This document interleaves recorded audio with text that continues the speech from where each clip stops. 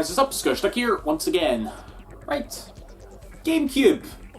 Gamecube's pretty good, isn't it? If I may be like pedantic as fuck for just a minute, it's like the Gamecube, it's underrated for sure, it's definitely underrated, but it gets talked about being so underrated so much that I almost feel like it's lost its underratedness. You know, like whenever anybody says, oh, the Gamecube's so underrated and they mean it, I just kind of roll my eyes. I'm like, yes, I know, okay? It's a weird thing to have a little peeve about it. Let's get into it. Right, shall we? Now, first things first, Phantasy Star Online Episodes 1 and 2. This was actually sent to me by somebody who used to watch my Let's Plays, and I did a few videos with him back in the day as well. But that was much appreciated, you know, and I have still to this day not fucking played it.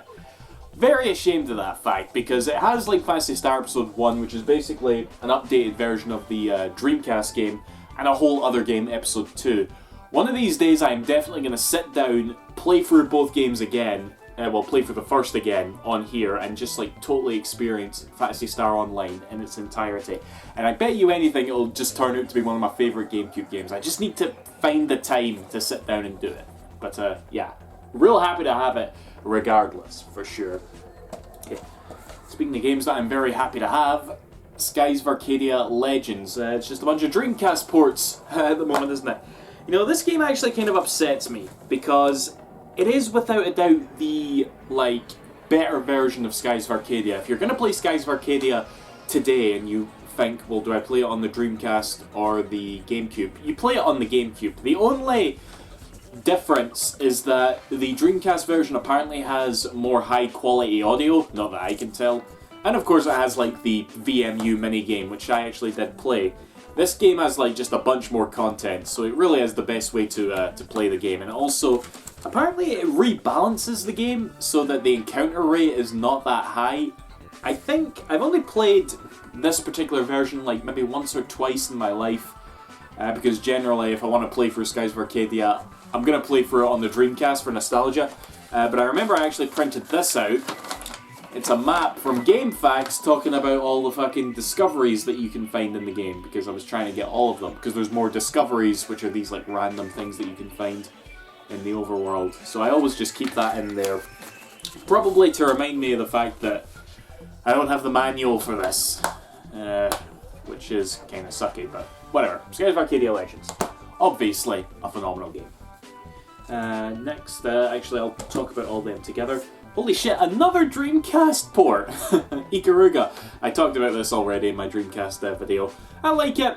Not as much as Radiant Silvergun though, so yeah.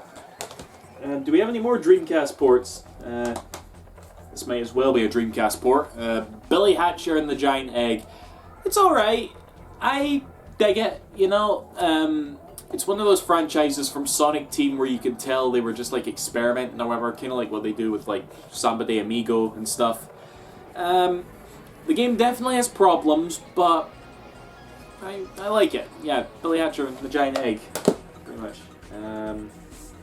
Next up, Sonic Heroes. I love this game, unapologetically. I know it's kind of always brought up in the oh, is it good or is it bad debate or whatever, when it comes just like what 3D Sonic in general sort of goes through, but as far as I'm concerned, this is only slightly worse than the adventure games. I really do. Maybe it's definitely not as good as the adventure games, but I do like it a lot, and this version is definitely the best version to play. I played it a lot on the PS2. I actually did that with a lot of like PS2 games I owned. I kind of just like got GameCube versions of them because it was my preferred. It's the sort of console I want to play platformers on, if that makes any sense, and this is definitely a good example of that, so yeah. Right. Paper Mario The Thousand Year Door. Whenever I talk about Paper Mario The Thousand Year Door, I always have to tell this story, okay? This copy was actually my cousin's, okay? And it was around 2005, Shadow the Hedgehog was out, and my cousins were like Sonic fans, you know, and I played Shadow the Hedgehog, and I hadn't quite decided that I hated it yet or whatever, but my cousins were like, oh Don, can we please borrow Shadow the Hedgehog? And I'm like, sure, okay, what you got to give me a line off? They're like, oh, you can have this, and I saw Paper Mario The Thousand Year Door in the shops all the time, and I had a very cynical opinion of it, right? Because I just looked at it, looked at the box, look at the stuff on the back, and just kind of thought, oh, it's a 2D Mario game. That's what I thought it was. I mean, look at the fucking art style. And like, my mentality went towards, oh, they can't do Mario good in 3D, so they've got to go back to 2D. Like, that's what I thought. I was stupid. And I popped the game in and discovered it wasn't a 2D Mario game, it was a turn-based RPG. I turned it off. I'm like, fuck that. That is going to be so bad. But one night I got bored and I popped it in and I played it for a bit, and I think I had it beaten in like 3 days. I played it so much. It's one of the absolute best GameCube games. I feel good lesson in life there. It's like, don't judge a book, or a game rather, by its cover and its protagonist and its genre and shit. But yeah, fucking brilliant. Best Paper Mario game. Star Fox Adventures. Oh, I don't have the manual for this. You just pick it up and it feels a little bit light. I like this game. This game's alright, you know. It's one of those love it or hate it sort of deals, I guess. Some people can't dig it because it's Star Fox. But I think it's got that Rare charm to it, you know, as in it was made by Rare. So yeah, Star Fox Adventures, I give it a thumbs up, if I'm honest. Again, I'm putting these in like a series so I can get ready to talk about them. Super Smash Bros. Melee. Believe it or not, this is probably the Smash Bros. Game that I've played the least. Well, maybe not compared to Smash Ultimate. I still need to put... There's still way more to be playing with Smash Ultimate. But I've watched a lot of it. Fucking hell have I watched... I love watching Melee. And as a result, I feel like I kind of know a lot of the ins and outs of it. I just never play it. You know, This was a game that I was always so jealous of because I was such a fan of the N64 game. But by the time I actually got around to owning my own copy, I think Brawl was about to come out, so I was just like, can't be arsed. And that was kind of the fate of Melee for me, so... But no, definitely excellent. Wonderful game. Mario Kart Double Dash, often regarded as the best Mario Kart. I don't really have that big of an opinion on it. Like, Mario Kart games for me in general, like, I played the shit out of Mario Kart, Super Mario Kart and Mario Kart 64, because I was at that age, you know, and from then on, whenever a Mario Kart game came out, I just sort of bought them and played them, you know? And I bought this and played this, and it was alright, so, yeah, I don't have much to say beyond that, sorry. I'm putting games to the side so I can talk about them as a series. Animal Crossing, okay, how do I put this? Animal Crossing is a series that I think I could really get into. You know, I love Harvest Moon, and Animal Crossing is sort of like... It often comes up in the same conversation. You know, like, if you like Animal Crossing, chances are you like Harvest Moon, and vice versa. And I've tried to pop this in and try to get into it, but it's just such a time sink. That's the other thing about those sorts of games, you know, they take up a lot of your time. So... I can't say I've ever properly gotten into any Animal Crossing game, but I definitely am looking forward to the Switch one. I'm going to make an effort to get into that Switch Animal Crossing, whatever it ends up being, you know? Because I own all the Animal Crossing games. I own like New Leaf and the 3DS, and yeah, I really wish I could get into it more. So here's hoping when we get that Animal Crossing game. Alright. Super Mario Sunshine, I'm very sadly in the hate category with this. In fact, I was talking about Sonic Heroes there. Sonic Heroes is very love or hate. I think this game is like the same level of quality as like Sonic Heroes. Especially in terms of like the division in the fan base. Those that think it's really, really good and those that think it's like, nah, it's a disappointment. Yeah, I just like, there's a lot, the bad parts just stick out to me more than the good parts with Super Mario Sunshine. Don't hate me. I love all other forms of 3D Mario too, it's weird. Chibi Robo, this game's excellent. I got really into this, if I'm honest. I didn't think I would. Yeah, you just play as a little fucking robot, you go around doing chores, you're on a time limit, you gotta make sure you keep that charge up. Absolutely everything about it points to it being like an awful game, but it's not. And it really sucks because Chibi Robo is like a series that Nintendo clearly has interest in making other games for, but they clearly don't have any interest in making any good games, because really no other Chibi Robo game was like this or as good as this, so yeah, tut tut. Okay. Okay, right, here we go. Here we go. I think this is all of them. Is this? No, it's not actually. Here we go. We'll talk about this. Blood Omen 2.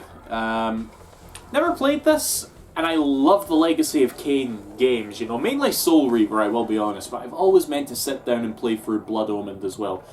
Blood Omen. Yeah.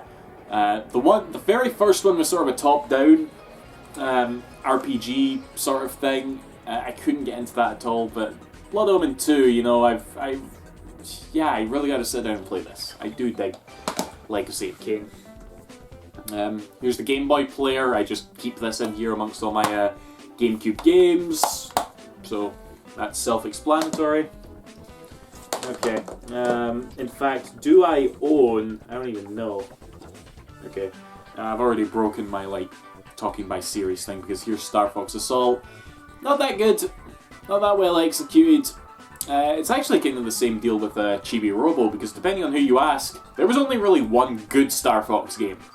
That being Star Fox 64, because people will always have their little things to say about the other ones, like the Super Nintendo one hasn't aged that well. This one, it's just not quite as good. The ones on the handhelds, and of course Star Fox Zero, the less said about that the better, but yeah, it's here. What can I say? Soul Calibur 2, I kind of just picked up because Link's in it. I was talking about Soul Calibur in my Dreamcast collection video. Soul Calibur kind of just goes over my head, sadly. Excuse me.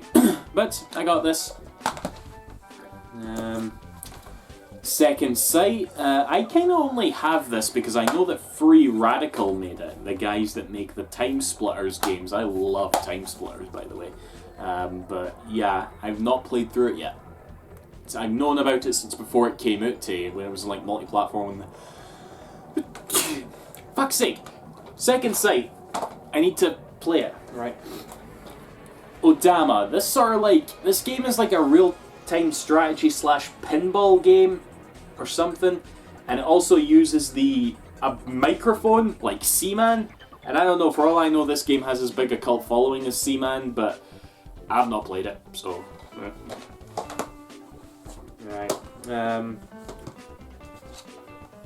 Fuck's sake, why am I being so OCD about like keeping the series together? Tales of Symphonia, one of the better Tales of games, I think. Yeah, I didn't like it the first time I played through it. I thought it was like super uninteresting the first time I played through it, which is really weird, but then I kind of got into the series as a whole, and I thought to myself, I should go back and play Tales of to see if there was something there that I missed the first time round, and sure enough there was. It's really good. You know, not my favourite Tales game, but really good one. Right. Fire Emblem Path of Radiance. I'm pretty so-so on Fire Emblem these days, if I'm honest. I don't know, I could kind of just like take it or leave it.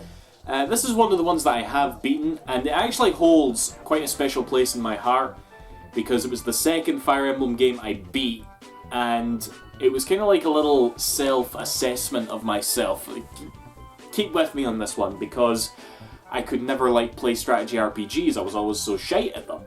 And Path of Radiance was one of the games that made me overcome that and made me realise, oh fuck, I actually do like strategy RPGs, you know? And yeah, it's a really good one. Ike's own game, and yeah, good shit. Here's Pikmin. I love it. I'm pulling out all these games, and all of them are like just bona fide GameCube classics, you know? It's pretty mental. I mean, I can see why people think it's so underrated. But yeah, Pikmin's awesome. I really like it. Just wish they'd hurry up and make more Pikmin games sooner. So, yeah. Eternal Darkness. This one's really good too. I see the argument more in recent years that this one's not really aged as well. That's a discussion for another time, I guess, but I still like it. I have this, Metal Gear Solid: The Twin Snakes. Very, very weird version of the first game. Can't say I prefer it to the first game, but it is still definitely worth a playthrough if you're a fan of the first game the way I am, you know. Fucking Hideo Kojima and his mental cutscenes. Vex. This is one of my favourite 3D platformers. I really adore this game. It's just the Super Mario 64 style game where you're collecting shit. It's got a bit more of a like edgy tone to it, and it's also pretty fucking hard. It's like it's a difficulty setting that I just thought was perfect, honestly. For me anyway, as a hardcore 3D platformer fan. So yeah, Vex, highly recommended. Beyond Good and Evil, I feel like it's like the GameCube in general, you know, everybody bangs on about how underrated this game is, that it's not really underrated anymore, you know? Yeah, it's a good game, it's a very, very good game, but you all know that, don't you? A lot of you probably never played it, or maybe you have played it because people won't shut the fuck up about how awful you are for not playing it. It's like, I gotta cut these rants out. We have Harvest Moon, A Wonderful Life. Another one of the Harvest Moon games that I was not able to get into as much, which I feel bad about. I don't know. Something about this one, and a lot of people, this is actually probably one of the more love it or hate it Harvest Moon games that I've like came across, because yeah, like I said, a lot of people talk about that, or at least when I was like looking at it, because I was frustrated when I was looking at it online. Basically, I wish I could like this game more than I do, because I really don't. It's too slow-paced for me, even though Harvest Moon games are supposed to be slow-paced. Something about that one that just doesn't click with me, and I feel bad. Final Fantasy Crystal Chronicles, never played it. I know that this recently got re-released, didn't it? So maybe I will play it eventually. I don't know, but here it is.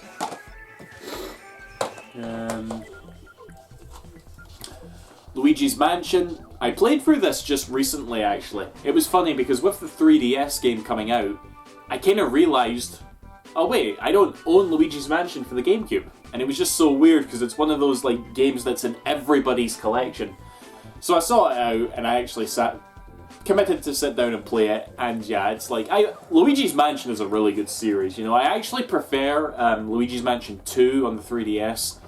I just think the game's more well designed and stuff, and that just appeals to me more or whatever, but this is still really good. The fuck is this? Mega Man Network Transmission. I don't know, I got it 5 for £5, so yeah, that'll be why I bought it. F-Zero GX, I have been meaning for years to sit down and properly make my way through like all of the tracks in this game. There's just yeah, I've just not got around to it. Made by Sega, did you know? I love to bring that up a lot. Here's Puyo Pop Fever. Should be Puyo Puyo Fever, but they called it Puyo Pop over here for a while before they decided to cut it off, then bring it back for Puyo Puyo Tetris. Now it's like really big again. Yeah, but good game, good game. I don't like playing it on the GameCube though. You can't play falling block puzzles with a GameCube controller, at least not in my opinion. So yeah, it's you just mess up your movements and all that a lot. But it's not obvious. I do really like Puyo Puyo, but sorry to have, I suppose, on that. Battalion Wars, not played it, and I might as well show this because it's the same thing. There's Benten Kaitos from Monolith, the fucking Xenoblade guys. Never played this either. I actually didn't really like what I played. Like, there was a lot of like weird mechanics. I didn't like the characters that much. Maybe I need to give it some more time, but it wasn't the best first impression with this one. And I've never popped this in ever, so I can't really say anything about that one. Okay. Beautiful Joe. Really brilliant game, but I need to beat it. I got like really far on it back in the day, but I just did not finish it. I kind of wish they'd bring this out on PC or something, or remaster it, kind of like what they did with Okami recently, you know? That'd be really cool. But yeah, Beautiful Joe. Okay. Here we have Metroid Prime and Metroid Prime 2. Both of them classics. Even this one, a lot of people don't like this one. I thought it was fine. It's not as good as this one, but it's still fine, you know. I think probably the best game on the GameCube, compared, if you ask most people, but yeah. Metroid. Okay. Here is Super Monkey Ball and Super Monkey Ball 2.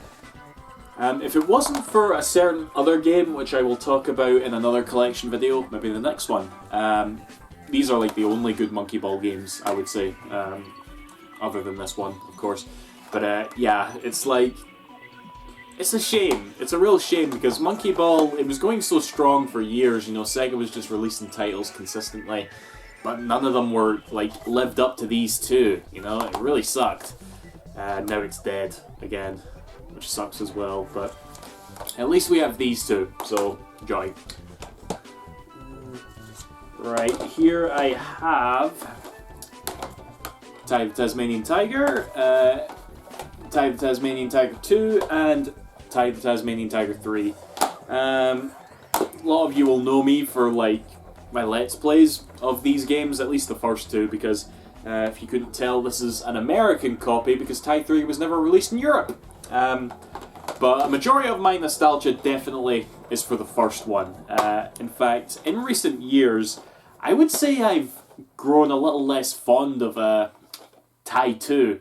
You know, I hate to say that, but it is kind of true because all three games are now remastered and on Steam, which is awesome. And Ty the Tasmanian Tiger 1, I played that game a bunch on Steam, and I've yet to really... I barely touched Ty 2, and I don't really care to. Which, yeah, I feel like I should fix that soon. I at least owe it to Ty to play through the third game at least once, and it's on Steam, right? It's right there, I bought it. Okay, I bought all three games. I need to just at least finish that one, so yeah. Ty the Tasmanian Tiger. Very special place in my heart, all things considered. Okay, here we have Sonic Adventure 1 and Sonic Adventure 2, the shite versions. Okay. This one maybe not so much, but definitely this one. I don't care for this version of Sonic Adventure at all. I don't think it adds anything new. In fact, everything that adds new is shit, I think. Yeah, much rather play the Dreamcast version, 100%. This is an alright port though. Okay. Oh god, may as well talk about the rest of the Sonic games I have. Shadow the Hedgehog. I don't hate this game. It's really bad. It's really bad, but I can, if I'm in a certain sort of mood, I feel like I can squeeze some enjoyment out of it. It's a weird relationship, but you're not gonna find me defending it or anything.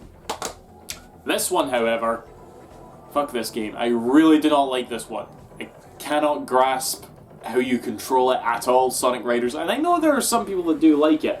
There's a lot of Sonic games that, like, you know, people... It has like a sort of a mixed reception, but some people do still like. And I know that this game definitely has its fans.